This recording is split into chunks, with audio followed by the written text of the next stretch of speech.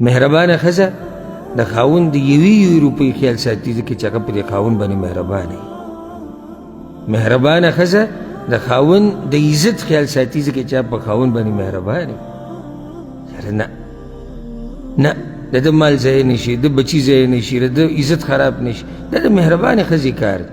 او بعض ښځې خو راغلي دي چې د ده نه به څه خورم، مال به ترې خورم او خپل مور پلار به پرې ساتم او ځان به پرې ساتم، او که دې مریو که چې وي کار څه کوي ماله خو به رالیږي وایي.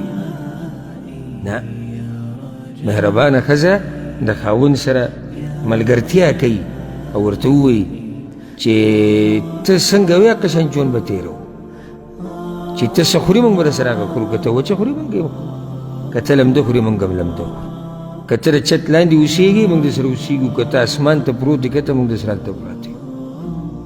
نو هله به د کور